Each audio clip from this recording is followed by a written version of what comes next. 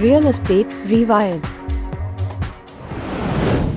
So here we are. Welcome to Real Estate Rewired with Gus Waite, where we talk about AI with heart. I'm on a mission to interview at least 100 people in real estate, that starting with the ones that I know and love, and you're one of those, Erin. Thank you. And figure out like what is working, what's not working. Have you been in that space? Where is real estate right now? Where is it going? How do you stay relevant?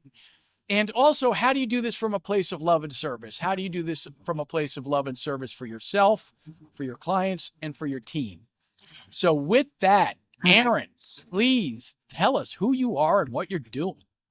You just made me write some things down because I'm like, ooh, I want to touch base on that. I'm Erin Wheelock. I'm in New York City. I originally born and raised from Wisconsin, came over about 17 years ago.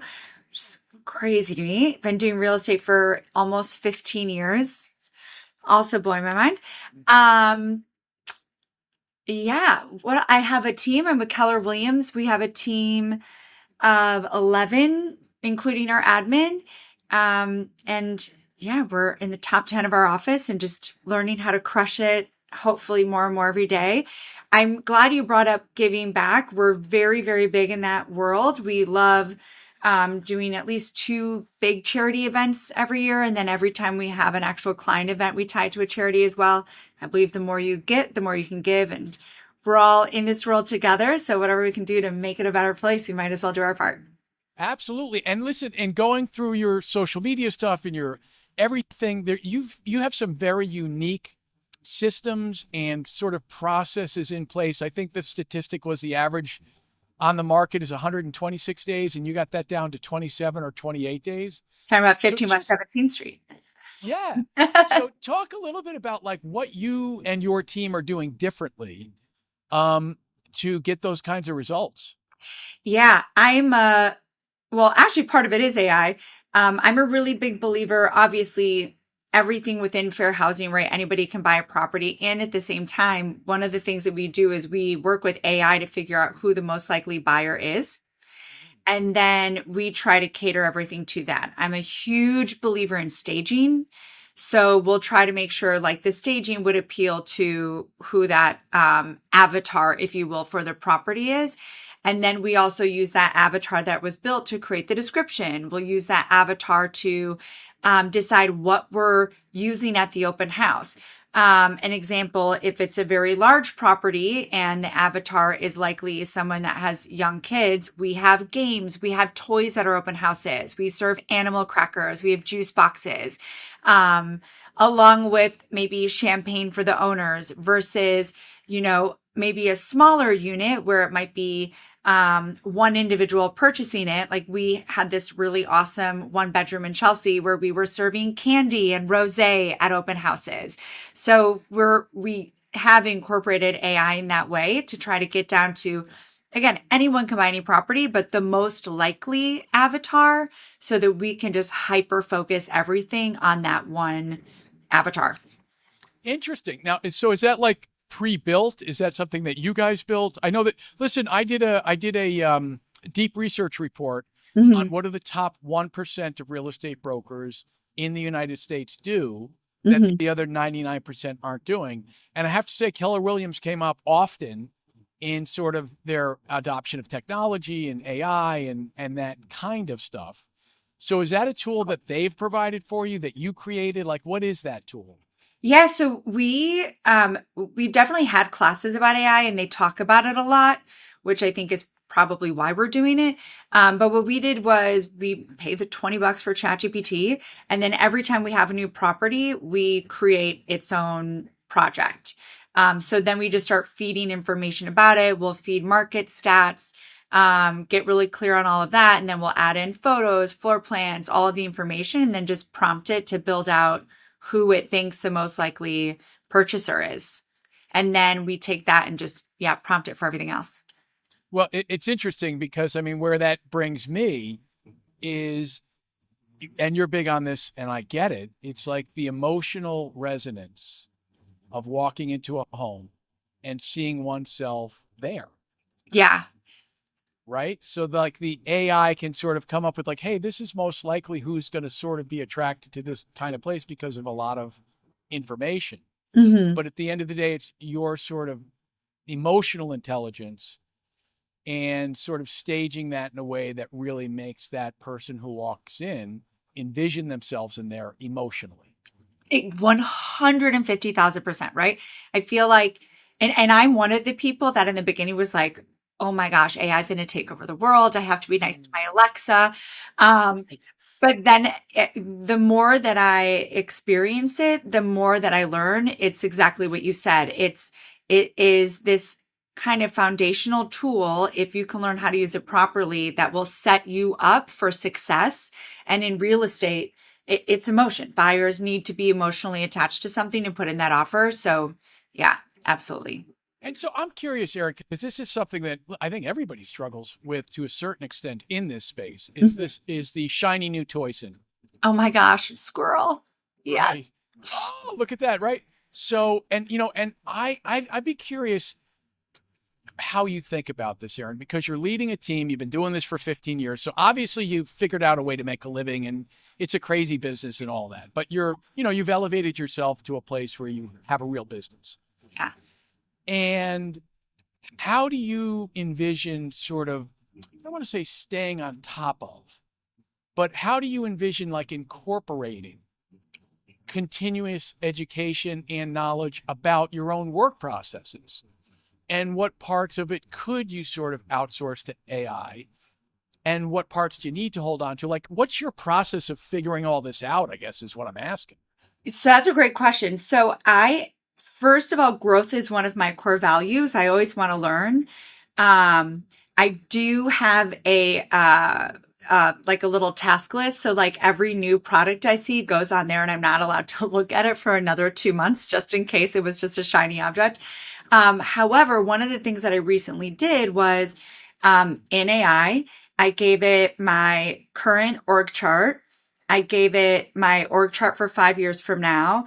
I gave it all of my team's conversion rates for today. And I gave it where we want to be closed volume wise, 5 years from now. And then I gave it my strength finders, my KPA, which is a color personality assessment, my DISC. And then it also has that for all the team members and also the job descriptions for everyone.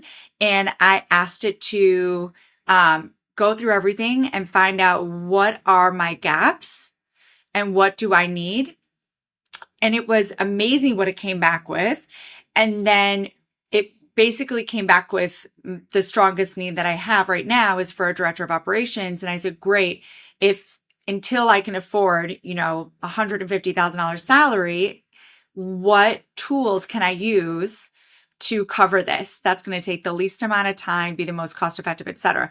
And it ended up giving me like 2 tools and it walked me through if you use these tools in this way, you're going to cover, I think it was like 83% of the job description for your future DOO. So that was a huge help. And that also, but I did it in 2. So I did all of it in ChatGPT and then I also did all of that in Claude and they came up with similar answers, but then I challenged it against each other. And it's funny because ChatGPT was like, I think Claude's actually right on this one because of, blah, blah, blah. And that was really good for me to see the gaps without having to go into a world where I know I'm going to find 15 exciting tools that are, going to squirrel me out all over the place. Well, it's really interesting. And have you also had that thing, Erin, where like it clearly is not telling you what you wanted or it gave you bad information and you like tell it and it goes, oh, sorry, Erin, you're right. Like I Yes. was wrong there. Have you Yeah. had that experience? I have definitely had that. I'm like, are you hallucinating right now? Right. Or like, can you give me some facts to back that up? Yeah, I've definitely had to do that. So I'm just because that's an interesting, and that's where I think out loud sometimes. There is definitely a role, I think, and I don't know how this is going to sort of come about because you're right. You're not going to hire someone for 150 grand today. It's just too much. On the other hand, you're busy, right? So you're kind of stuck. And then here's all the shiny tools you want to see. Do you see moving forward I mean, we're talking about hopefully ChatGPT is going to create more roles and jobs. hmm Do you see moving forward where there's going to be that gap where someone comes in and says, okay, listen, 10 hours a month or 12 hours a month, we're going to sit down and like you give me all the processes you're working on. And then that person comes back with solutions, 2 or 3 solutions, and then you pick which one you want and they institute it. Do you see something like that happening? You mean like for AI doing that or a person? No, a person, because this is what I'm finding. And I don't know if you find this to be true, Erin. It's a little annoying. At the end of every chat, it goes, hey, what about this? And you're like, oh, yeah, that'll be cool. Every like, time. Yeah, I yeah, all filled of a that out sudden, too. yeah, like all of a sudden you're like 9 hours in, you go, what the hell was I actually, where did I start in this? Yeah. So what I'm saying is an actual person where you Mhm. sit down, go through, and it's interesting. There's one I haven't played around with it yet, but someone created a chat GPT that's called Job GPT. Mhm. And what it does is it takes any work role and identifies what the tasks are in that work role and what parts of that work role could be utilized using AI. And as you know, like every time a new model comes out, it might go from 40% today to 48% in 3 months and then 58%. So I guess what I'm saying is because it's changing so quickly and even the tools that you're actually using are changing so quickly, do you envision at some point in the future, everybody's going to kind of need somebody once they get to a certain level to kind of say, all right, listen, I'm going to outsource the investigation and all of this other stuff. You just bring back to me the stuff that works Mhm. based on my workflow. So I got a guy.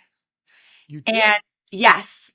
And we were actually supposed to meet, but then, Fall Out Boss sold to Zillow. They changed their privacy policy. We were all in a mad scatter to get off of the CRM. So we push it. But I think we're meeting next week, and he offers consulting and goes into businesses and figures out what can be leveraged to AI.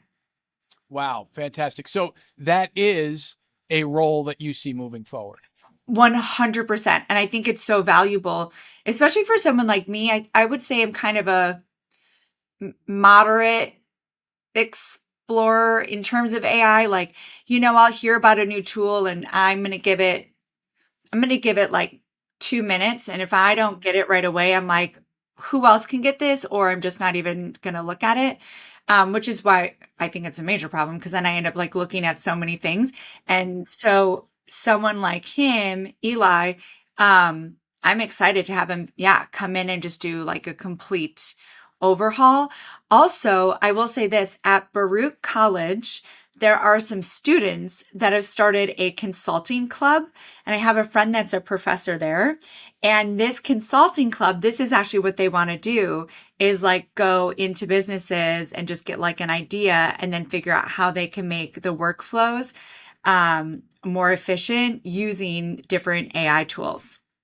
So here's one I have for you. And again, I'm just starting this out, so I'm playing Yeah. around with ideas. I want to pick your brain. There's a great Carl Jung quote that says, if we don't make the unconscious conscious, it will dictate our actions and we'll call it fate.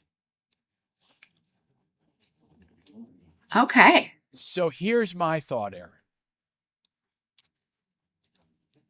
We all have unconscious patterns. And if you're a business owner, the great thing about it is like whatever is being created, it's being created by you Yeah. because you hired the people, you set up the systems and all of that kind of stuff. And what I'm curious, if like AI is just going to be a tool to maximize beliefs that don't work anymore, Mm-hmm. right? In other words, more is better. Yeah. Okay. Well, is more better or is working with more people I really love better? And is actually having time off better? Like, in other words, you know what I'm saying? Like there's a whole different way to look at this Mm-hmm. because we live in a culture that just says more, bigger, Yeah. right? I'm just curious as to what you think about that. Oh, yeah, this is perfect timing. I actually got sick like a month and a half ago. I got shingles and it 100%, it was my body telling me like, you cannot do this anymore. And it was so interesting because a week before that, I reached out to my sister. She is in the natural medicine world. And I was like sitting down because I got a call from a client or an email. And I was like, I feel like this is probably what most people think is a panic attack. But I think this is only like 2 levels above how I function in the world. And then when I got the shingles, I was like, oh no, this is my body's sign of make changes now or get ready because we're coming for you kind of thing. And so I very, very much am starting to become extremely purposeful on number 1, being present, which I know was brought up earlier. And then number 2 is what's actually worth it, right? What can you leverage out? When is enough enough? You know, I'm journaling so much about why is a success and achievement tied to my self-worth, right? Like none of that is good or okay. And so that's a journey that I'm very, very focused on right now.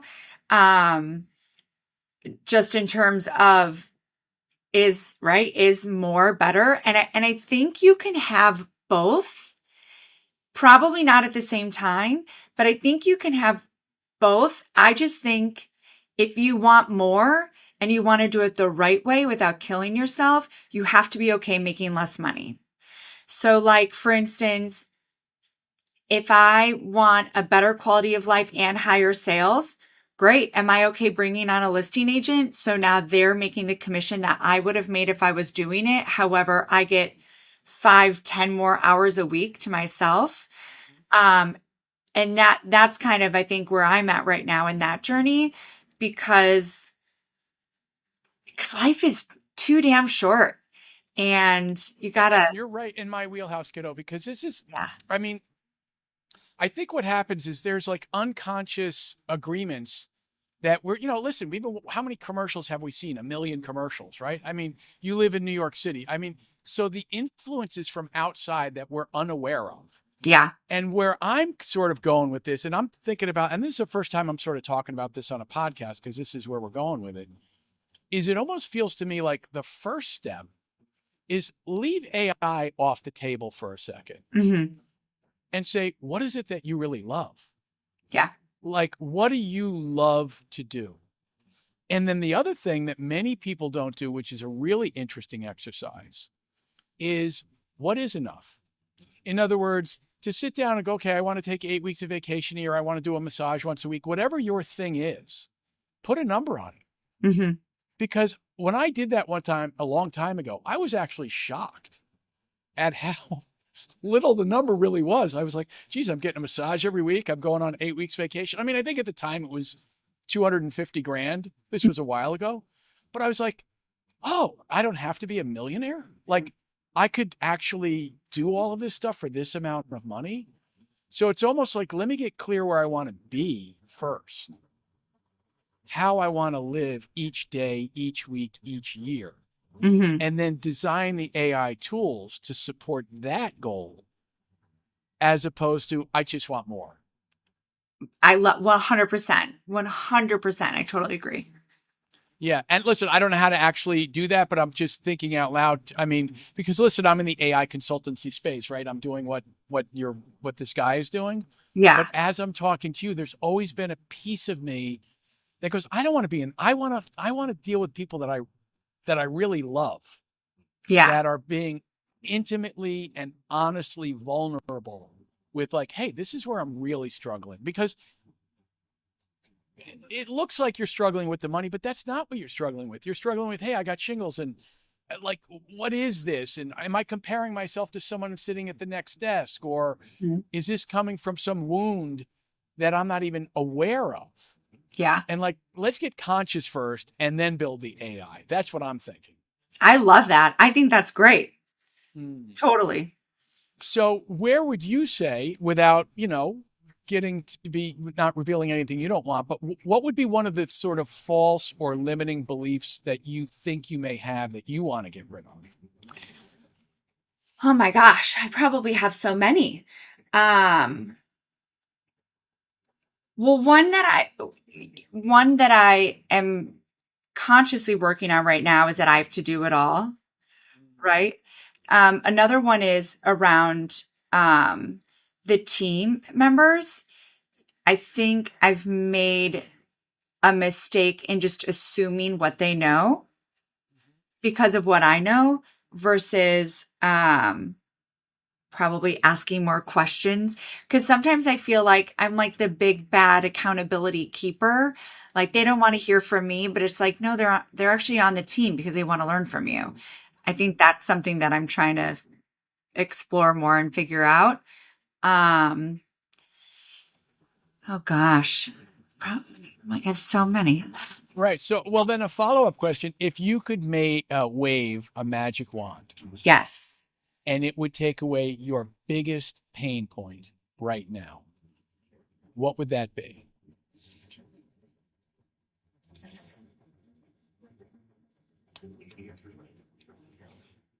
Um, Finding a listing agent. Hmm. Yeah. Tell me more about that. Um, we want to get to 80 million in volume sold next year. And I know, well, I have all my conversion rates.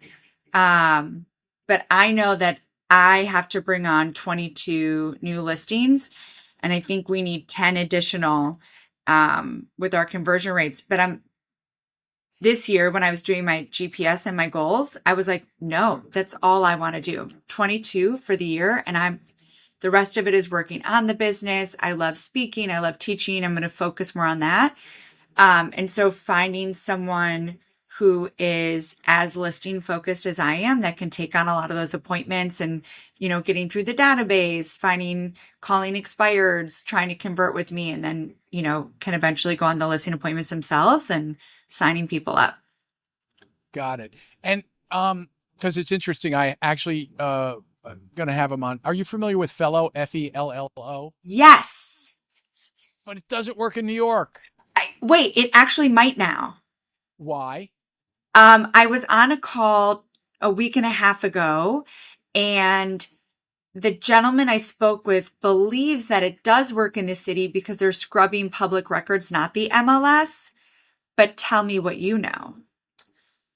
Because it wasn't. I know that. Yeah, I talked to the Fellow guy. Erin? Of course, I forget who it was. I'll have to remember. But anyway, I'm getting him. Am I getting him back on a podcast? So that's one of the things I'm doing. I'm bringing all these people on and talking to them. So what I love about it is, to me, the number one most underutilized asset is your current CRM. And totally, because it's just a beast, and you sit there and you go, all right, I'm gonna, like, it's very hard to get energetic about that. Yeah. And I love the fact that they go in there and with their AI stuff, their statistics are 7% of anybody's current CRM will move in the next 12 months. Mm-hmm. And if you've got 40,000 people in your database, what 7% are going to move? I don't know what that math is. What is that? 280 people, or 2,800? I don't know what the math is. But then the idea that it sends them that personalized, hey, if you're thinking of moving, it has their address. It's all right, spoken to them. And there's a lot of stuff I didn't look under the hood, but someone going through a divorce, was there a death in the family? Is there equity position in the house? How long have they been in it? Are they thinking of retiring? Are they thinking of moving? So there's lots of factors in that. But I know that when it came to New York, because of co-op and the way that information is sort of a little harder to identify than a single family home, it wasn't necessarily a market that he thought could really work. But Erin, this is a perfect example of what I'm saying. You could go down the Fellow thing, even if it took an hour of your time. Yeah. Right? You jump on a thing, oh, this is great. And then by the end of it, he says, oh, well, it's not great for New York City. And then, okay. All right. Right? Like, so that's what I'm talking about having someone out front. Totally. Sort of identifying, like for you right now, what I heard is a listing agent. Yeah. Like literally, if that could be achieved, that would free you up to do more of what you love. 100%. So how do you get a listing agent? So what is your strategy to do that? And what would they do? What would they look like? Yeah. Well, first of all, I feel like a really good listing agent is a to a fault. Speaking of myself, I think a really good listing agent is someone who is optimistic. They know how to be direct. They're not afraid of tough conversations. They have to have really high integrity to be on this team. That's so important to me. And they have to have a culture of teamwork, right? Everyone has an ego. I think it's just human nature, but we definitely work very much as a team. We're very collaborative. But they're hungry, right? They have that, you eat what you kill. They want to get the agreement signed on the dotted line. And to be really good for our team, they have to hate paperwork. They have to want to set it and forget it, because we have it set up for someone where literally all they have to do is be in the CRM, which, by the way, I love my database so much. So I love that you brought that up. It's our bread and butter. Now, is that yours or Keller Williams? Ours. And you go high level, or what are you using? Yeah, we go really, no, we don't go high level. We just moved to Sierra. We were on Follow Up Boss, but then thank you, Zillow, for changing their privacy policy, and we were not going to let them take our client's data. So we moved over to Sierra. We just got on that. Why did you choose that? Just curious, Erin. And what other ones did you look at? Lofty, Brivity, of course, KW Command. Go high level. Did you look at that? I did looking to go high level. There's a couple others. Hubstaff. And did you do all that research yourself? So I got with a very good friend of mine, Amber, while she works with the team out in California, and her team leader and I were in the same room when it was at one of Gary Keller's masterminds, when somebody stood up and started talking about this privacy policy change that went into effect on November 15th. And we were there on like November 6th, and we're like, what? So immediately I was like, Amber, we have to divide and conquer and figure this out.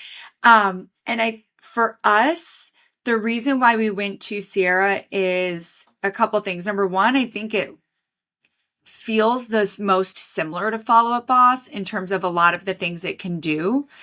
And I feel that the least disruptive we can be to the team is what's going to help us get through the change the easiest.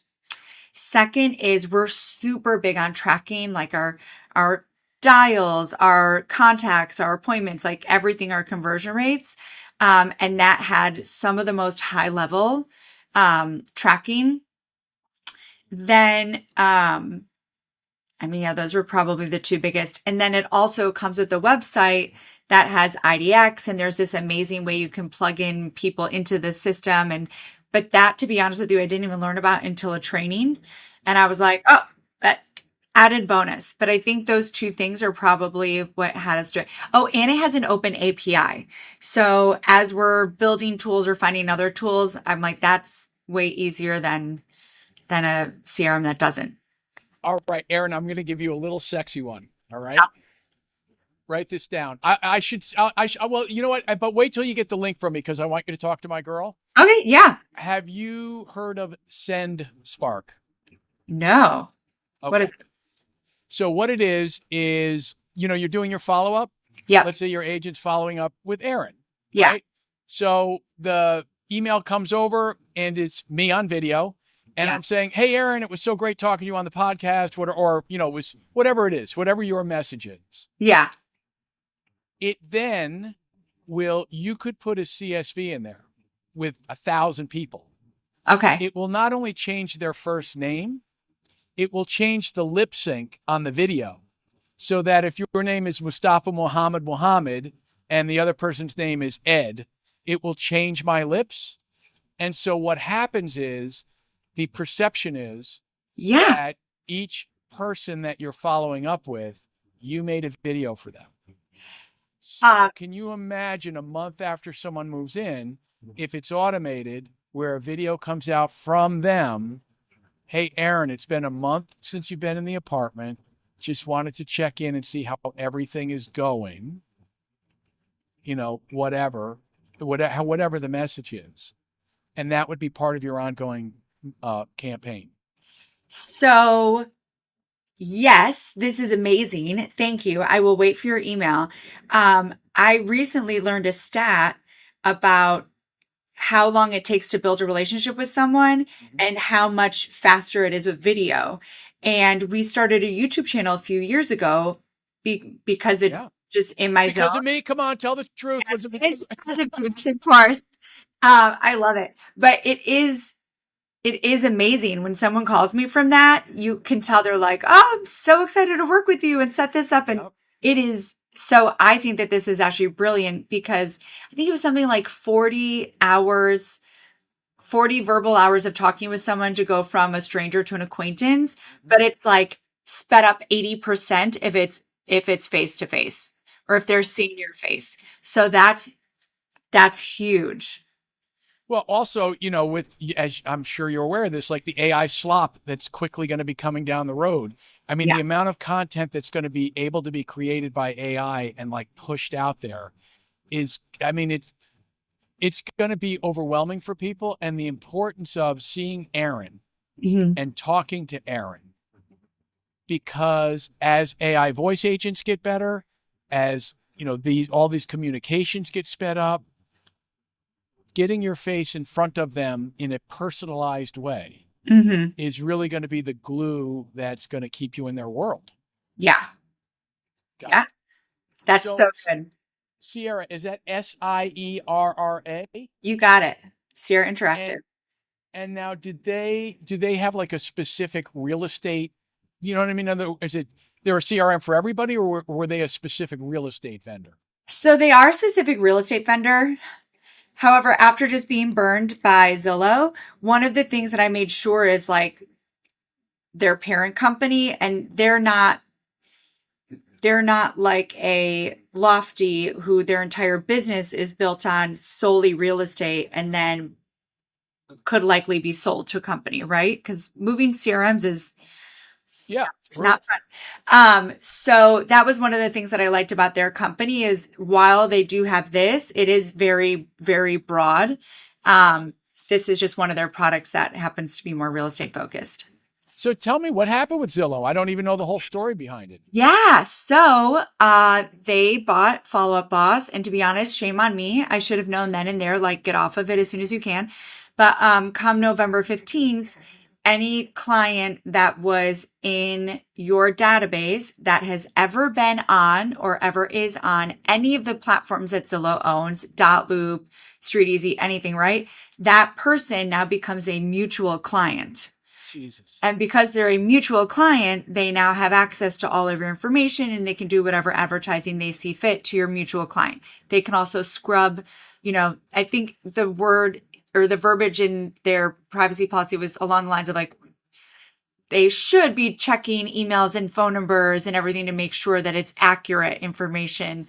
But then also starting Q1 is, I think it was going to be called like the next level Zillow Pro or something, but basically they're selling your people back to you. Like you would pay money to be put in front of them if they're searching on Zillow. And I'm like, wait, over 53% of our business comes from our database. The last thing I need is for relationships that I've been keeping for 6-8 years for them to have me in such a chokehold that all of a sudden I have to start paying them referral fees because they're mutual clients. Now that's not what's in their agreement right now, but as far as I'm concerned, it's only a matter of time before they start doing something like that.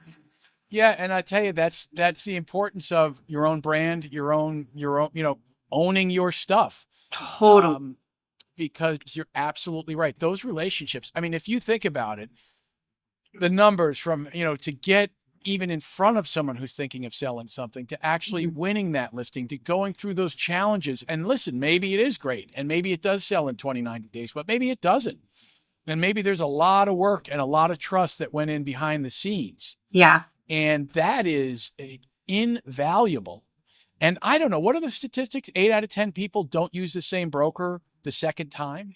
It's actually, what was this? It was something like 78% of sellers said they would have used the same agent, but they never heard from them again.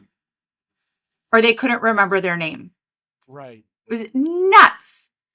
Now, what are you doing on the front end in terms of like speed to lead and that kind of stuff? Like, does that database also work with that? It does, yeah. And it'll do lead routing. We have a lot of automation set up. So like, because we have to show our own listings here. So if it's for a property, it'll go directly into them. And then you can get like notifications on your phone so that you get notified as soon as you get something. We had an automation, I believe, again, we just ported our numbers yesterday. So this is how fresh we are into it, but we can set up an automation. So like as soon as the lead comes in, they get an automatic text. Hey, thank you for reaching out about XYZ property. I'm going to give you a call shortly to schedule a time to get you in. So we'll have that again. So we'll have the automatic text and then they get an automatic email as well. And then the agent gets a notification. So what tools are you currently using in AI? Like obviously ChatGPT. Yeah. You switched over to Sierra. What else are you using? We use Claude. Mm-hmm. And also we are in ClickUp right now, and ClickUp has an AI tool in there, which is really nice. ClickUp is for more of our admin staff for like our tasks, and also our, like all of our SOPs are in there. Right. One of the things that I really like is it hooks up to your Google Drive because we have everything within our Google platform. And that Google Drive, like you can just type in like, oh, I need a document that was so-and-so, like just give it an idea and it'll scrub it for you and find the document, which is really nice. I feel like that saves a lot of time. And then what we had, and we're going to be replacing it, is when we make phone calls through our numbers, like AI notes, AI tasks, AI for like drafting emails. I just had it rewrite an email for me this morning in Google. So I'm assuming that's Gemini, right? Their Google package. And I know that I'm like just at the small end of it. We also have created, we haven't released it yet, it's not called a project, something else in ChatGPT for our agents for training, because we put all of our scripts and our like everything that we have for agent training in it so that they can go there to find things. And then we're also finishing one up for the consumer, because we can put like all of the transcripts from all of my videos in there and upload a whole bunch of other data and make it so the consumer can go there for questions and answers. Have you played around yet with the Google LLM, the notebook? No, Oh, Erin! Oh my God! Listen. After this phone call, you'll be so. Listen, how cool this is. I'm going to send you a video from SenseSpark. Yes. Okay, so it's free. Okay. And basically, what it is you can put up to 50 documents in there, and so basically, it's like your own artificial intelligence that is only pulling from the documents that you put in there, right? So you put all your SOPs in there, and someone goes in and goes, how do I upload a listing again? Or who do I call for this? And it will answer that question based on what you put in there. This is what's even weirder and cooler, Erin. You ready? Tell me. It has a podcast feature where it creates an audio podcast with a man's voice and a woman's voice based on the documents that you put in there. Come again? It makes an audio podcast. So I was playing around with it, right? Yeah. I just went in there and I did this whole spiel about my last relationship. Okay. Just for kicks. I love it. So it comes, I put it in there, say, create the podcast. And, Sally and Bill, hey, today we're talking about Gus Waite and his last relationship, a kind of fascinating journey into his struggle, blah, blah, blah, blah, blah. And now they're having a conversation about what I put in there. So, for instance, you could put in whatever you wanted to put in there, and it would create a podcast talking about your method of listing, your method of working with buyers. So today we're talking about Erin Wheelock and her system to use emotional intelligence to draw the right buyers into the right place. And it would create an audio podcast. That's so crazy. It is crazy, and it's anyway. Fascinating. It is fascinating. And so few people know about it. And what's fantastic about it it's just attached to your Google Drive. It's a Google product. So you just go, hey, here's the 50 documents I want to so you got a new hire. You could literally put every document, everything you've ever said about new hires in there. There would be a podcast that they could listen to for a half an hour before they even met you. And then if they have specific questions, they just go in there and say, hey, how do I do this or how do I do that? So that's blowing my mind. I'm going to have to on that. I will. So, man, Erin, I feel like we could talk all day. I just love this stuff. I love this stuff. So we're going to end in a minute, but let me ask you, who in your childhood instilled in you the operating system, and what were those messages that has allowed you to be so successful? Gosh, it's such a good question. I'm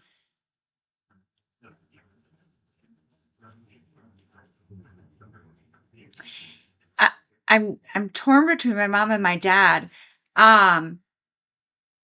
But probably my mom. And I think because, I'm the youngest of four and I'm a mistake. Now I'm the happy accident, but I'm 8 years younger. And I think what she instilled in me the most, the fourth one, they're like, she's not going to die. Like we've already done this. She's going to be fine. And I think because of that, she just gave me this insane independence, and probably without knowing it was always just kind of like, okay, yeah, just go make it happen.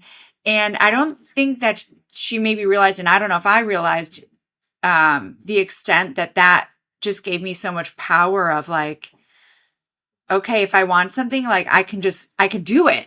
I have to make it happen, but like I can do it. And I think that is probably the biggest driver. Wow. Fantastic. And I also want to get a couple of clips here, so I know these will be some good ones.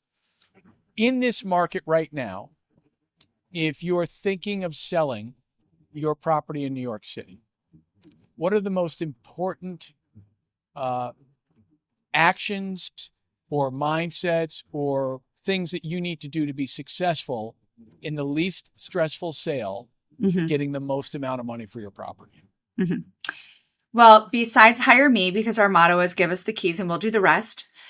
I think it is, you just have to let go. The more you try to control a successful real estate professional, the more you're getting in the way and causing more problems for yourself. Also, you know what? I was listening to a podcast the other day and they were saying, I don't know why anybody would list right after Thanksgiving or in the holidays. And then the next slide was them being like, oh, contract signed is up. And it seems like it's still going up. And I was like, so don't listen to seasonality or maybe what the media is saying about people leaving. I mean, just look at the actual facts, which is supply and demand. We have the second highest year since 2006 for luxury units going into contract. And if you looked at the media, you would think that everybody's running for the hills. But second highest year since 2006 for luxury units going into contract and selling. So yeah, just don't listen to the media. And if you hire the professional, you have to be able to trust them to just do it all for you. Love that. And what about buyers? For buyers, I feel very strongly that because we've gone through changes in terms of representation, buyers have to be open to spending more time in the beginning of a process with a professional, because we always say in a consultation, we'd rather ask you 50 questions and show you 5 properties and ask you 5 questions and show you 50 properties. Love that. And I think that we are, as consumers as a whole, we are feeling burnout. I think consumers as a whole, we are feeling decision fatigue. I think also if you look at the media, you have one person saying interest rates are coming down, just wait, or, you need to wait for more inventory. I think all of that should be pushed aside. Now is always the best time to buy. I don't care what market is. I don't care what interest rate it is. If you ask anybody if they wish they bought in 2020 when you couldn't even get into homes, I bet you 10 out of 10 people would raise their hands to have that interest rate again and those prices again. So just make sure that you are open to what's actually happening. Keep in the mindset that buying is building wealth for your future and your family's future. And then just listen to the professional. I just think there's been too many changes not to, number one. And it's also so easy to think that you know what you're doing and you don't need a professional in your corner. So yeah. And what about the poor renter in New York City right now? God help you. Right. Yeah. I mean, there's so many things I could say, but this isn't a political podcast, is it? Well, but listen, here's the reality. We let the cat out of the bag with the FAIR Act that passed. Yeah. And the reality that, so the model now is, the vibe is, hey, it's illegal to do a broker fee, and there's all this noise around it. And what they hear in the media is, I don't have to pay anybody. Someone's just going to.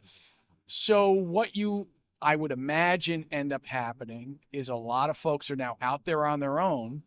And instead of like when we started, and as agents, you get burned for a year or two before you realize, hey, this property's not right for this person because it's a co-op and they're guarantor and whatever the dynamic is. Yeah.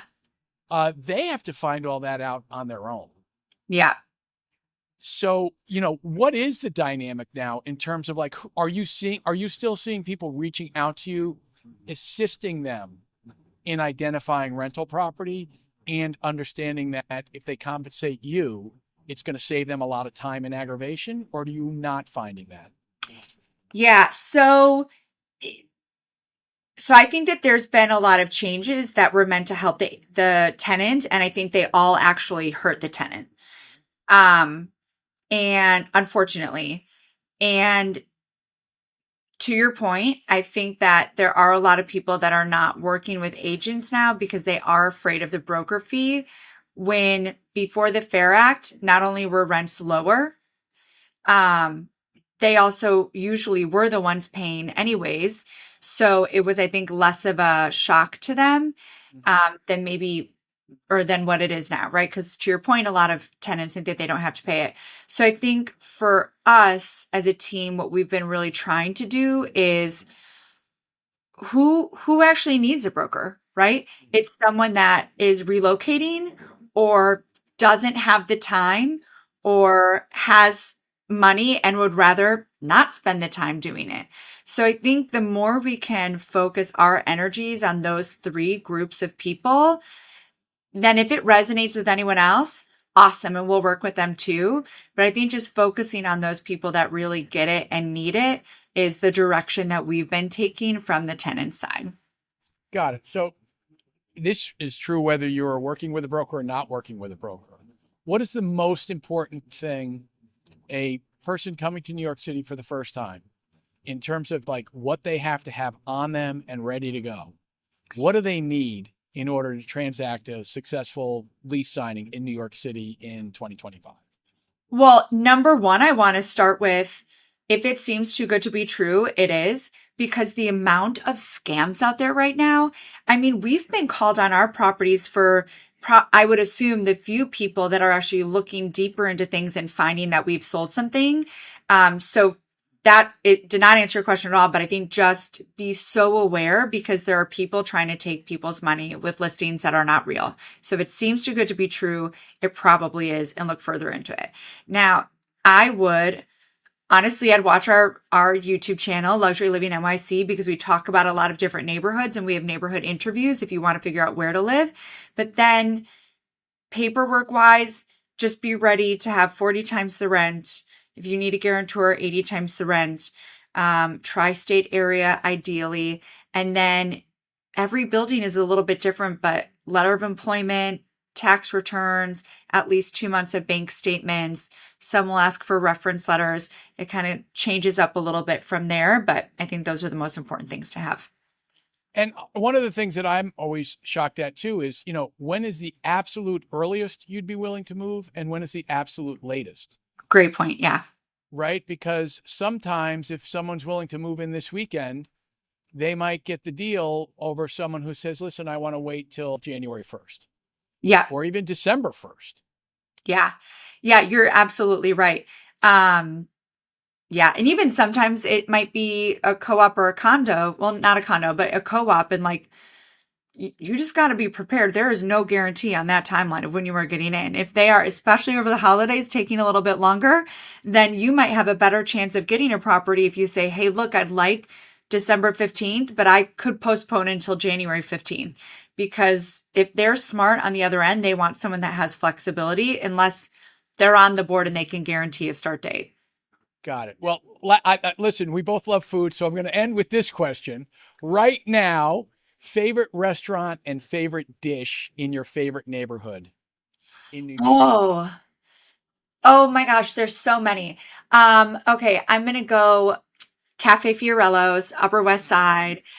I'm obsessed with their It's Hot Honey Pepperoni Pizza. It is so good.